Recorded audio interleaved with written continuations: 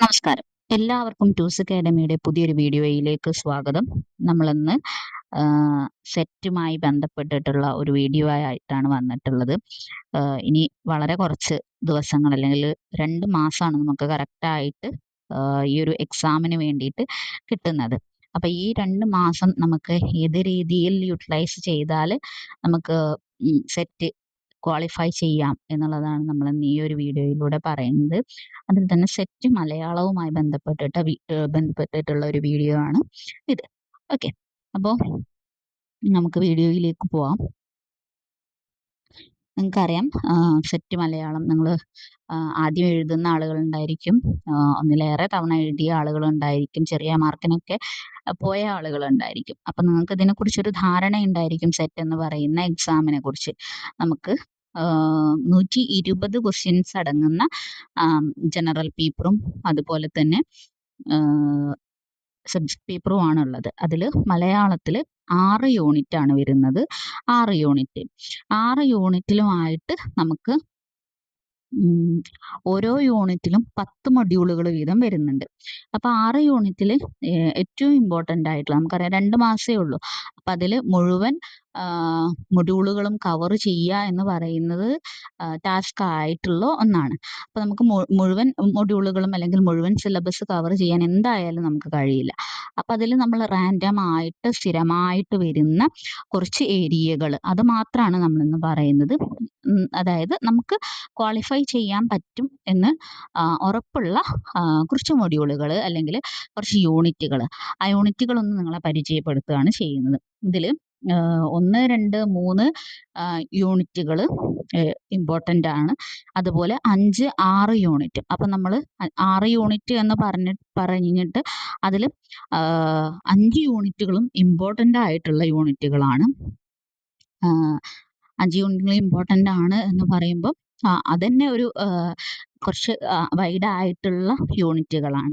Okay. അപ്പൊ അതിൽ ഒന്നാമത്തെ യൂണിറ്റ് പദ്യമാണ് വരുന്നത്. രണ്ടാമത്തെ യൂണിറ്റ് ഗദ്യമാണ് വരുന്നത്. മൂന്നാമത്തെ യൂണിറ്റ് ദൃശ്യകലയാണ് വരുന്നത്. അഞ്ചാമത്തെ യൂണിറ്റ് സാഹിത്യ സിദ്ധാന്തങ്ങൾ നിരൂപണങ്ങൾ ഒക്കെ ഉൾക്കൊള്ളുന്ന ഭാഗമാണ്. ആറാമത്തത് ഭാഷാശാസ്ത്രവും വ്യാകരണവും. ഓക്കെ. ഇത്രയാണ് പ്രധാനമായിട്ടും വരുന്ന യൂണിറ്റുകൾ എന്ന് പറയുന്നത്. ഇനി ഈ യൂണിറ്റുകളിൽ തന്നെ പ്രധാന ഭാഗങ്ങൾ ഞാൻ നേരത്തെ പറഞ്ഞു ഓരോന്നിലും 10 മൊഡ്യൂളുകൾ വീതം ഉണ്ട് എന്ന്. അപ്പോൾ 6 യൂണിറ്റുകളിലായിട്ട് 10 മൊഡ്യൂളുകൾ എന്ന് പറയുമ്പോൾ 60 മൊഡ്യൂളുകളാണ് നമുക്ക് പഠിക്കാനുള്ളത്. അപ്പൊ ഈ 60 മൊഡ്യൂളുകളും എന്താണ് ഇമ്പോർട്ടൻ്റ് ആണോ എന്ന് ചോദിച്ചാൽ അല്ല. സ്ഥിരമായിട്ട് വരുന്ന കുറച്ച് മൊഡ്യൂളുകൾ മാത്രമാണ് നമ്മൾ പറയുന്നത്. ഓക്കെ. അതിൽ യൂണിറ്റ് 1 1 മുതൽ 10 വരെയുള്ള മൊഡ്യൂളുകൾ എന്തായാലും ഇമ്പോർട്ടൻ്റ് ആണ്. അപ്പോൾ അതിൽ മുഴുവൻ മൊഡ്യൂളുകളും ഇമ്പോർട്ടൻ്റ് ആണ് എന്നുള്ളതാണ് പറയുന്നത്. കാരണം കവിതയിൽ നിന്നും അതുപോലെ തന്നെ പദ്യം, ഗദ്യം ഈ യൂണിറ്റുകളിൽ നിന്നാണ് ഏറ്റവും കൂടുതൽ ചോദ്യങ്ങൾ നമുക്ക് ചോദിക്കുന്നത്. മറ്റ് സബ്ജക്റ്റുകൾ പോലെ നമുക്ക് ഓരോന്നിനും ഇത്ര വെയിറ്റേജ് എന്ന് നമുക്ക് പറയാൻ പറ്റില്ല. കാരണം പല എക്സാമുകളിലും ആയിട്ട് ഈ ക്വസ്റ്റ്യൻ വരുന്ന നമ്പർ ഓഫ് ക്വസ്റ്റ്യൻസ് മൊഡ്യൂളുകളിൽ നിന്നും വരുന്ന നമ്പർ ഓഫ് ക്വസ്റ്റ്യൻസിൽ വ്യത്യാസം വരുന്നുണ്ട്. പക്ഷെ ഏറ്റവും കൂടുതൽ ചോദ്യങ്ങൾ വരുന്ന 1, 2 യൂണിറ്റുകളാണ് ഏറ്റവും കൂടുതൽ ചോദ്യങ്ങൾ വരുന്നത്. അപ്പൊ അതിൽ 1 മുതൽ 10 വരെയുള്ള മൊഡ്യൂളുകൾ കവിതയെ സംബന്ധിച്ച് അല്ലെങ്കിൽ പദ്യത്തെ സംബന്ധിച്ച് 1 മുതൽ 10 വരെയുള്ള യൂണിറ്റുകൾ ഇമ്പോർട്ടൻ്റ് ആണ്. അപ്പൊ അതിൽ നമുക്ക് സ്കിപ്പ് ചെയ്യാം എന്ന് പറയാൻ പറ്റുന്ന ഒരു മൊഡ്യൂൾ എന്ന് പറയുന്നത് 1ാമത്തെ മൊഡ്യൂളാണ്. സ്കിപ്പ് ചെയ്താലും കുഴപ്പമില്ല. ഓക്കെ. പിന്നെ വരുന്നത് പ്രാചീന കവിതകൾ, അതുപോലെ തന്നെ വെൺമണി പ്രസ്ഥാനം, മഹാകാവ്യ പ്രസ്ഥാനം, അതുപോലെ തന്നെ ആധുനികം, ഉത്തരാധുനികം, കാൽപ്പനികം എന്നൊക്കെ പറഞ്ഞിട്ട് വരുന്ന ഇത് വളരെ ഇമ്പോർട്ടൻ്റ് ആണ്. അതിൽ ഒന്നിലധികം ക്വസ്റ്റ്യൻസ് നമുക്ക് കവിതയിൽ നിന്നും കാണാം. ഇനി 2ാമത്തെ മൊഡ്യൂളിലേക്ക് വരുമ്പോൾ 3 മുതൽ 10 വരെയുള്ള മൊഡ്യൂളുകൾ അതായത് ഏറ്റവും കൂടുതൽ വരുന്ന ഭാഗം ചെറുകഥയും അതുപോലെ തന്നെ നോവലുമാണ് ഈ ഭാഗത്തുനിന്ന് വരുന്നത്. നമുക്ക് ഗദ്യത്തിൽ വരുന്നത് ശാസനങ്ങൾ വരുന്നുണ്ട്. അതുപോലെ തന്നെ ആത്മകഥ വരുന്നുണ്ട്, ജീവചരിത്രം വരുന്നുണ്ട്, സഞ്ചാര സാഹിത്യം വരുന്നുണ്ട്. അങ്ങനെ ഗദ്യത്തിന്റെ ഒരുമാതിരിപ്പെട്ട എല്ലാ ഭാഗങ്ങളും അല്ലെങ്കിൽ എല്ലാ ടോപ്പിക്കുകളും സബ് ടോപ്പിക്കുകളും എന്തിൽ വരുന്നുണ്ട്, ഈ ഒരു യൂണിറ്റിൽ വരുന്നുണ്ട്. പക്ഷെ ഇതെല്ലാം സ്കിപ്പ് ചെയ്ത് കഴിഞ്ഞാലും നമുക്ക് ഈ ഒരു 310 മൊഡ്യൂള് പഠിച്ചു കഴിഞ്ഞാലും നമുക്കതിൽ നിന്ന് ക്വാളിഫൈ ചെയ്യാൻ, മാർക്ക് സ്കോർ ചെയ്യാൻ കഴിയും. Okay, clear? ഇനി യൂണിറ്റ് 3ലേക്ക് വരുമ്പോൾ മൊഡ്യൂൾ 4 മുതൽ 10 വരെയുള്ള മൊഡ്യൂളുകളാണ് ഇമ്പോർട്ടന്റ്. അതായത് തുള്ളല്, കഥകളി, സിനിമ, നാടകം, ഈ 4 ഭാഗങ്ങൾ ഇമ്പോർട്ടന്റ് ആണ്.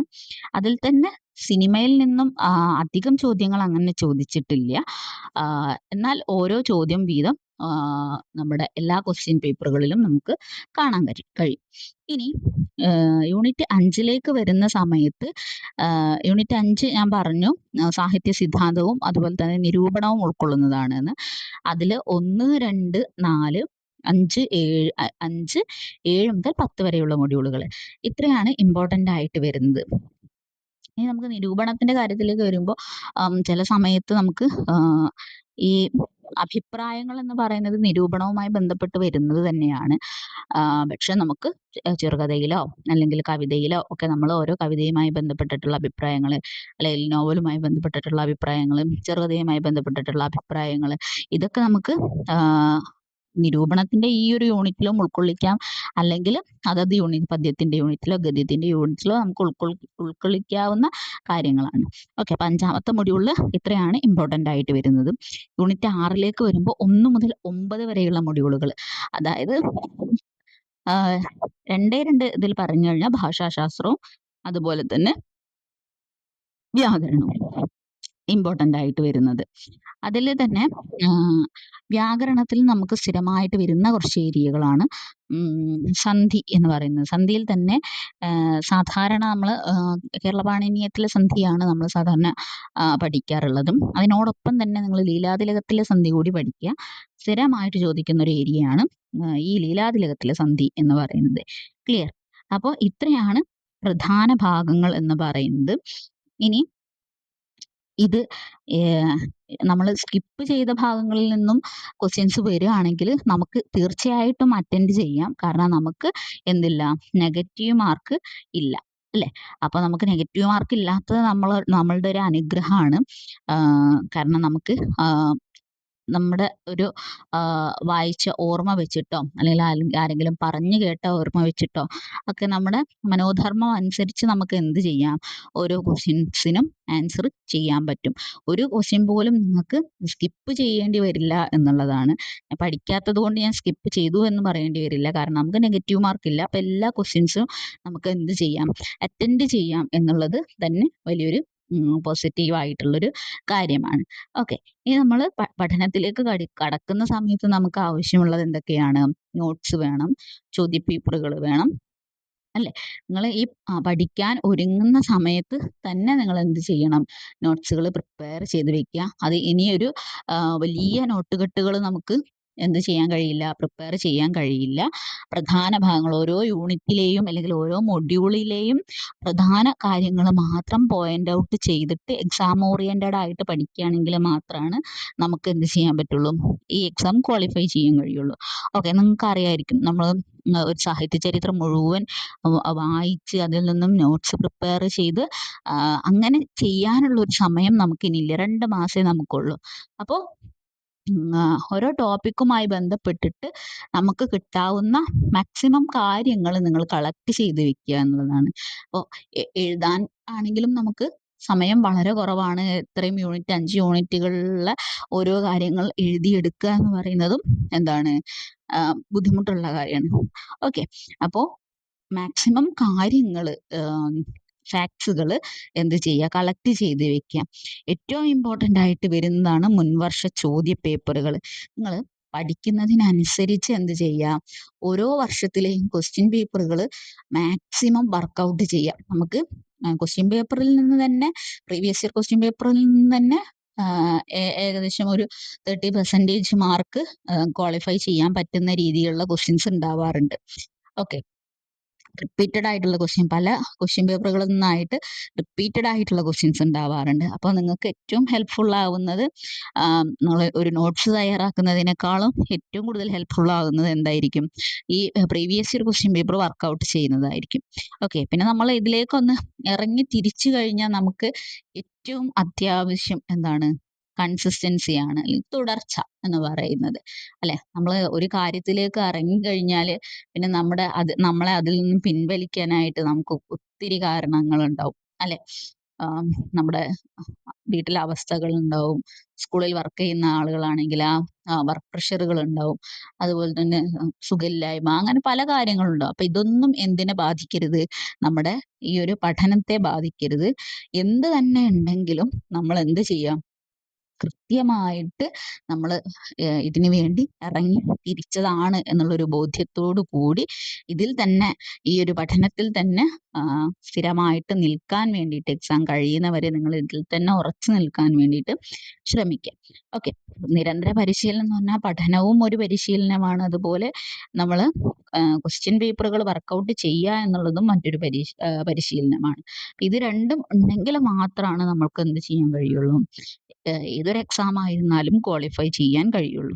ക്ലിയർ? അപ്പൊ നമ്മൾ ഒരു പാഠം അല്ലെങ്കിൽ ഒരു യൂണിറ്റ് പഠിച്ചു കഴിഞ്ഞിട്ട് റിവൈസ് ചെയ്യാം എന്ന് വിചാരിക്കരുത്. അല്ലെങ്കിൽ റിവൈസ് ചെയ്യാൻ മാത്രമല്ല, ക്വസ്റ്റ്യൻ പേപ്പറുകൾ വർക്കൗട്ട് ചെയ്യാം എന്ന് വിചാരിക്കരുത്. നമ്മൾ PGയും ഡിഗ്രിയും PG ഒക്കെ കഴിഞ്ഞ ആളുകൾക്കാണല്ലോ ഈ സെറ്റ് എഴുതാനുള്ള ക്വാളിഫിക്കേഷൻ ഉള്ളത്. അപ്പോൾ അത്രയും ക്വാളിഫിക്കേഷൻ ഉള്ള നിങ്ങൾക്ക് നമ്മുടെ സബ്ജക്റ്റിനെ കുറിച്ച് എന്തായാലും ഒരു ബേസിക് ആയിട്ടുള്ള ഐഡിയ ഉണ്ടായിരിക്കും.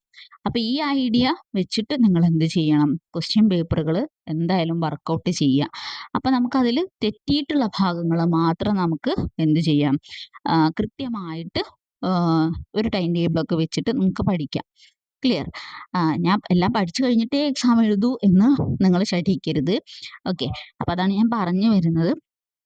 നമ്മൾ ക്വസ്റ്റ്യൻ പേപ്പറുകൾ കൃത്യമായിട്ട് നിരന്തരമായിട്ട് വർക്കൗട്ട് ചെയ്യുന്ന സമയത്ത് തന്നെ നമുക്ക് ഈ ക്വസ്റ്റ്യൻസുകളും അതിന്റെ ഓപ്ഷനുകളും ഒക്കെ നമുക്ക് ഓർമ്മയുണ്ടാവും എന്നുള്ളതാണ്.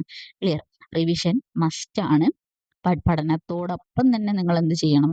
റിവിഷൻ കൊണ്ടുപോകണം. കാരണം നമുക്ക് പിന്നീട് ഒരു സമയത്ത് റിവിഷൻ നടത്താൻ സമയമില്ല. 2 മാസമേ സമയമുള്ളൂ. അപ്പൊ ഈ സമയം പഠനത്തിനും റിവിഷനും അതുപോലെ തന്നെ ക്വസ്റ്റ്യൻ പേപ്പർ പ്രാക്ടീസിനും എല്ലാത്തിനുമായിട്ട് ഡിവൈഡ് ചെയ്യുന്ന രീതിയിലുള്ള ഒരു ടൈം ടേബിൾ ആയിരിക്കണം നിങ്ങൾ പ്രിപ്പയർ ചെയ്യേണ്ടത്. ഓക്കെ, അപ്പൊ ഞാനൊരു ടൈം ടേബിൾ പ്രിപ്പയർ ചെയ്ത് നിങ്ങൾക്ക് തരുന്ന സമയത്ത് അത് എല്ലാവർക്കും കൺവീനിയന്റ് ആകണമെന്നില്ല. ഓക്കെ, അപ്പൊ നിങ്ങളുടെ പഠന സമയം എപ്പോഴാണോ, നിങ്ങൾക്ക് കൺവീനിയന്റ് ആയിട്ടുള്ള ഒരു ടൈം എപ്പോഴാണോ, ആ ടൈമിനനുസരിച്ച് നിങ്ങൾ എന്ത് ചെയ്യാം? ഒരു ടൈം ടേബിൾ ക്രിയേറ്റ് ചെയ്ത് അതിനനുസരിച്ച് പഠിക്കാൻ വേണ്ടിയിട്ട് ശ്രദ്ധിക്കുക. ഓക്കെ, ഞാൻ പറഞ്ഞു 2 മാസത്തെ സമയമാണ് നമുക്ക് ഉള്ളത്.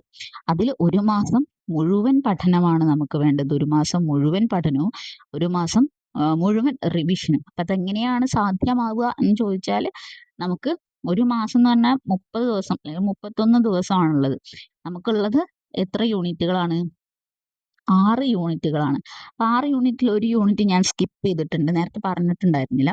ഒരു യൂണിറ്റ് സ്കിപ്പ് ചെയ്ത് 4ാമത്തെ യൂണിറ്റ്, അതായത് കേരള സംസ്കാരം എന്ന് പറഞ്ഞത്, അതിൽ നിന്നും അത്രയും ക്വസ്റ്റ്യൻസ് വന്നിട്ടില്ല പല ക്വസ്റ്റ്യൻ പേപ്പറുകളിലായിട്ട്. 1ഓ 2ഓ ക്വസ്റ്റ്യൻസ് വന്നിട്ടേ ഉള്ളൂ. അപ്പൊ അത് നമുക്ക് നെഗറ്റീവ് മാർക്ക് ഇല്ലാത്തത് കൊണ്ട് എന്തായാലും അറ്റൻഡ് ചെയ്യാനുള്ള ഒരു ഓപ്ഷൻ ഉണ്ട്. അപ്പൊ ആ യൂണിറ്റ് മുഴുവൻ സ്കിപ്പ് ചെയ്തിരുന്നാലും കുഴപ്പമില്ല എന്നാണ് ഞാൻ പറയുന്നത്. അപ്പോ അങ്ങനെ വരുന്ന സമയത്ത് നമ്മൾ 5 യൂണിറ്റുകളാണ് നമുക്കുള്ളത്. അപ്പൊ ഈ 5 യൂണിറ്റിനെ 30 വെച്ച് നമുക്ക് 30 ദിവസമാണുള്ളത്. 30 ദിവസത്തെ ഡിവൈഡ് ചെയ്യുന്ന സമയത്ത് നമുക്ക് ഒരു യൂണിറ്റ് പഠിക്കാൻ പരമാവധി 6 ദിവസം കിട്ടും. അല്ലെ, 6 ദിവസമാണ് ഒരു യൂണിറ്റ് പഠിക്കാൻ കിട്ടുന്നത്. അപ്പൊ ഈ 6 ദിവസം നിങ്ങൾ എന്ത് ചെയ്യണം? ഒരു യൂണിറ്റിന് വേണ്ടിയിട്ട് മാക്സിമം ടൈം സ്പെൻഡ് ചെയ്തിട്ട് ആ യൂണിറ്റിൽ വരുന്ന മാക്സിമം കാര്യങ്ങൾ പഠിച്ചെടുക്കുക എന്നുള്ളതാണ്. അപ്പൊ അതിൽ നമുക്ക് 5 ദിവസം പഠിച്ചിട്ട് എന്ത് ചെയ്യാം? 6ാമത്തെ ദിവസം നമുക്ക് എന്ത് ചെയ്യാം? റിവിഷൻ നടത്താം. ഓക്കെ. അപ്പൊ റിവിഷൻ നടത്തുക എന്ന് പറയുന്ന സമയത്ത് നിങ്ങൾ 5 ദിവസം പഠിക്കുന്ന ഓരോ ദിവസം എന്ത് ചെയ്യുക, ഓരോ ക്വസ്റ്റ്യൻ പേപ്പർ വർക്കൗട്ട് ചെയ്യുക. ഓരോ ക്വസ്റ്റ്യൻ പേപ്പർ വർക്കൗട്ട് ചെയ്യുന്ന സമയത്ത് ഈ യൂണിറ്റുമായി ബന്ധപ്പെട്ട് വന്നിട്ടുള്ള എല്ലാ ക്വസ്റ്റ്യൻസും നിങ്ങളൊന്ന് ചെയ്തു നോക്കുക. പിന്നെ ചെയ്തു നോക്കുന്നതിനോടൊപ്പം ആൻസർ തെറ്റിയ കാര്യങ്ങൾ എന്തുകൊണ്ട് അത് തെറ്റി, മറ്റ് 4 ഓപ്ഷനുകൾ എന്തുകൊണ്ട് ഇതിന്റെ ഉത്തരമായില്ല എന്നുള്ളത് കൂടി നിങ്ങളൊന്ന് പഠിക്കുകയാണെങ്കിൽ എളുപ്പമായിരിക്കും. ക്ലിയർ? ഇങ്ങനെ നമുക്ക് 5 യൂണിറ്റുകളും ഇതേ രീതിയിൽ തന്നെ പഠിക്കാം. ഇനി ഒരു മാസം നമ്മൾ ഇങ്ങനെ പഠിച്ചു കഴിഞ്ഞു കഴിഞ്ഞാൽ നമുക്ക് വീണ്ടും ഒരു മാസമുള്ളത് എന്തിനാണ്? റിവിഷൻ ആണ്. അപ്പൊ ഇതേ രീതിയിൽ തന്നെ നിങ്ങൾക്ക് എന്ത് ചെയ്യാം, 5 ദിവസം വീണ്ടും ആ, ആ, വീണ്ടും 5 ദിവസം ഓരോ യൂണിറ്റ് പഠിച്ച് നിങ്ങൾക്ക് ക്വസ്റ്റ്യൻ പേപ്പറും വർക്കൗട്ട് ചെയ്ത് ഒരുമിച്ച് കൊണ്ടുപോവാണെങ്കിൽ നമുക്ക് 2 മാസം കൃത്യമായിട്ട് എന്ത് ചെയ്യാൻ കഴിയും, നമ്മുടെ സെറ്റിന് വേണ്ടിയിട്ട് പഠനം ഫലപ്രദമായിട്ട് ഉപയോഗിക്കാൻ കഴിയും എന്നുള്ളതാണ് പറയുന്നത്. ഓക്കെ, ക്ലിയർ ആയി എന്ന് വിചാരിക്കുന്നു. അപ്പൊ ഈ 2 മാസം നിങ്ങൾ ഇതിന് വേണ്ടിയിട്ടും നല്ല രീതിയിൽ തന്നെ എഫേർട്ട് എടുത്ത് പഠിച്ചു കഴിഞ്ഞാൽ മാത്രമേ നമുക്ക് എന്ത് ചെയ്യാൻ കഴിയുള്ളൂ, ഈ ഒരു എക്സാം ക്വാളിഫൈ ചെയ്യാൻ കഴിയുള്ളൂ. അപ്പൊ എല്ലാവർക്കും നന്നായിട്ട് പഠിക്കാൻ കഴിയട്ടെ. ഈ ഒരു എക്സാം, ഇനി വരുന്ന സെറ്റ് എക്സാം എല്ലാവർക്കും ക്വാളിഫൈ ചെയ്യാൻ കഴിയട്ടെ എന്ന് പ്രാർത്ഥിക്കുന്നു. Thank you. വീണ്ടും മറ്റൊരു വീഡിയോ ആയിട്ട് കാണാം.